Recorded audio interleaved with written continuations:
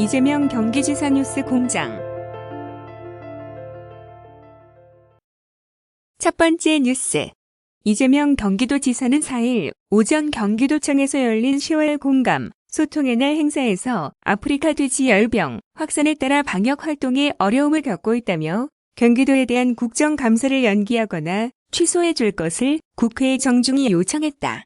이재명 도지사는 이날 일선 방역 현장 상황이 숨 쉴 틈조차 없을 만큼 심각하다며 국회의원님들께서 현장의 어려움을 이해하시고 이번만큼은 아프리카 돼지 열병 방역에 집중할 수 있도록 각별한 배려를 부탁드린다고 말했다.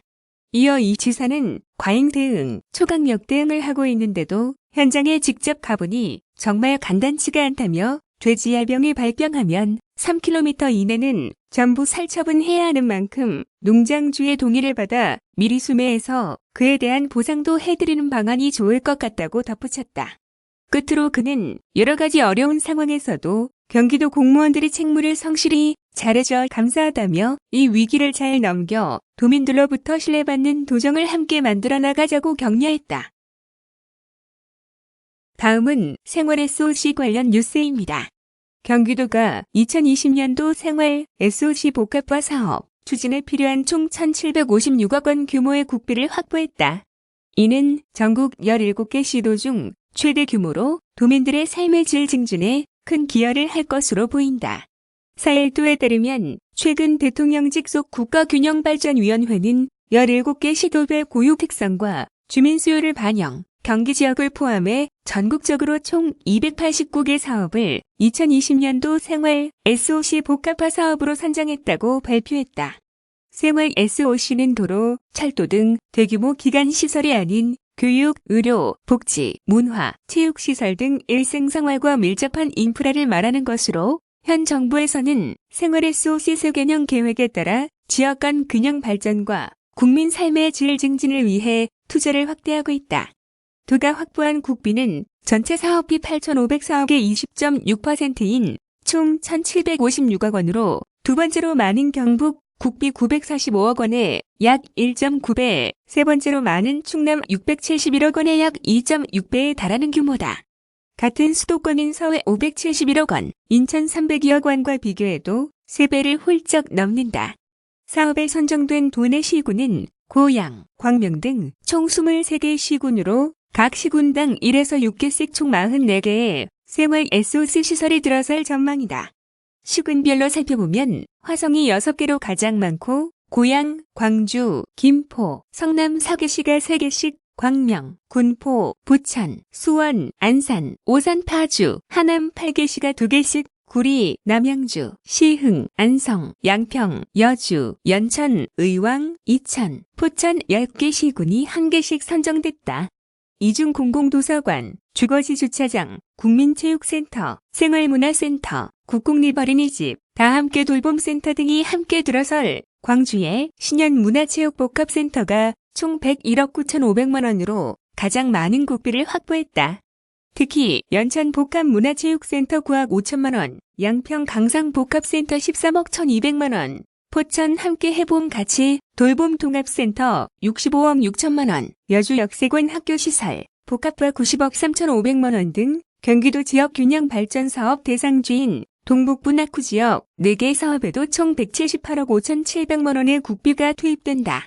이 같은 성과는 그간 경기도가 체계적인 계획을 토대로 다방면의 노력이 만들어내 결실이라는 것이 도의 설명이다. 도는 올해 1월 행정위 부지사를 단정으로 생활 SOC 추진단을 구성하고 국무조정실 생활 SOC 추진단, 31개 시군 생활 SOC 추진단과 긴밀한 협조체계를 구축해 사업을 준비해왔다. 도는 오는 2020년부터 확보된 국비 1,756억 원과 함께 지방비 3,963원을 포함 총 5,719억 원을 투자해 44개 생활 SOC 사업을 추진할 계획이다. 또한 2020년도 사업에 참여하지 않은 나머지 8개 시군의 경우 2021년도 사업에 반영될 수 있도록 해당 시군과 긴밀히 협조해 준비할 방침이다. 정상균 경기도 균형발전기획실장은 생활 SOC 복합화 시설이 지역의 혁신 공간으로 발돋움할 수 있도록 다양한 정책적 지원을 펼칠 것이라며 향후 3년간 부족한 생활 SOC 확충을 위해 도생활 SOC 추진단 기능을 강화해 정부와 시군과 적극적으로 협력해 나가겠다고 밝혔다. 다음은 공직자 청렴교육 관련 뉴스입니다. 경기도 소속 4급 이상 고위공직자들의 청렴에 관한 인식을 높이기 위한 2019년 경기도 고위공직자 청렴교육이 4일 경기도청에서 실시됐다. 본청 제1회의실에서 진행된 이날 교육에는 직접 현장에서 강의를 들은 본청 공무원 149명과 북부청에서 영상을 통해 강의를 시청한 북부청 공무원 97명을 포함 총 246명의 4급 이상 고위공직자들이 참가했다. 이날 교육은 공익제보 안내에 관한 동영상 시청과 부패 방지를 위한 리더의 역할을 주제로 한 강연 등으로 구성됐다. 이날 고위공직자 240여 명은 김희환 국민권익위원회 상임위원이 진행하는 강연을 들으며 청탁금지법과 공익신고에 대한 이해도를 높이는 한편 경기도정을 이끌어갈 리더로서 부패 방지를 위해 솔선수범해 나갈 것을 다짐했다. 도 관계자는 이번 교육을 통해 청렴에 관한 고위공직자들의 인식이 더 높아졌으면 하는 바람이라며 앞으로도 지속적인 교육을 통해 공직자들의 청렴도를 높여나가겠다고 말했다. 한편 도는 최근 10년간 국민권익위원회가 실시한 청렴도 평가에서 우수 등급 이상 8회, 부패 방지 시책 평가에서 우수 등급 이상 9회를 달성하는 등 높은 청렴도를 유지하고 있는 것으로 평가받고 있다. 앞서 도는 부서 순회 청렴교육, 청렴유적지, 답사 연계 청렴교육 등을 통해 총 4천여 명의 도 소속 공무원을 대상으로 교육을 실시한 바 있다. 다음은 청년 해커톤 캠프 관련 뉴스입니다. 경기도 평생교육진흥원은 지난 3에서 4일 도내 20에서 30대 청년들을 대상으로 지역사회 문제 해결을 위한 청년 해커톤 캠프를 개최했다고 4일 밝혔다. 해커톤은 해킹과 마라톤의 합성어로 여러 사람들이 참여해 마라톤을 하듯 긴 토론을 통해 문제 해결의 답을 찾아내는 것을 의미한다. 경기도형 시민 공동체 교육의 일환으로 기획된 이번 캠프에선 지역 문제에 대해 청년들이 학습하고 참여할 수 있는 기회를 제공했다는 점에서 참여자들의 긍정적 평가를 받았다. 이날 참가자들이 제시한 아이디어로는 예술인들의 협업을 위한 아트 인큐베이터, 경기도 내 환승이 잦은 버스 정류장 대기 중 발생 문제 해결 방안, 용인 청년들이 6차 산업을 긍정적으로 인식할 수 있는 방향, 부천시 청년 예술 지원 방안 등이다.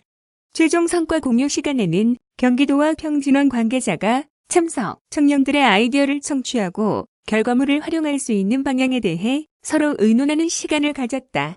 한선재 경기도 평생교육진흥원장은 미래의 공동체를 이끌어갈 청년들이 지역 문제에 관심을 갖고 학습하는 것은 경기도가 한 단계 성장하고 있다는 증거라고 밝히며 향후 청년들의 평생학습 참여의 방법과 형태를 다양하게 만들어 나가겠다고 말했다.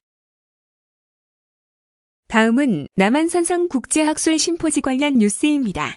2019 남한산성 국제학술 심포지엄이 지난 2일 세계유산 남한산성 행궁외환전에서 아시아 지역 내 세계유산 우수보존 관리 사례 연구를 주제로 국내외 세계유산 전문가, 대학, 민관연구소 관계자 및 문화유산 지킴이 등 80여 명이 참석한 가운데 개최됐다.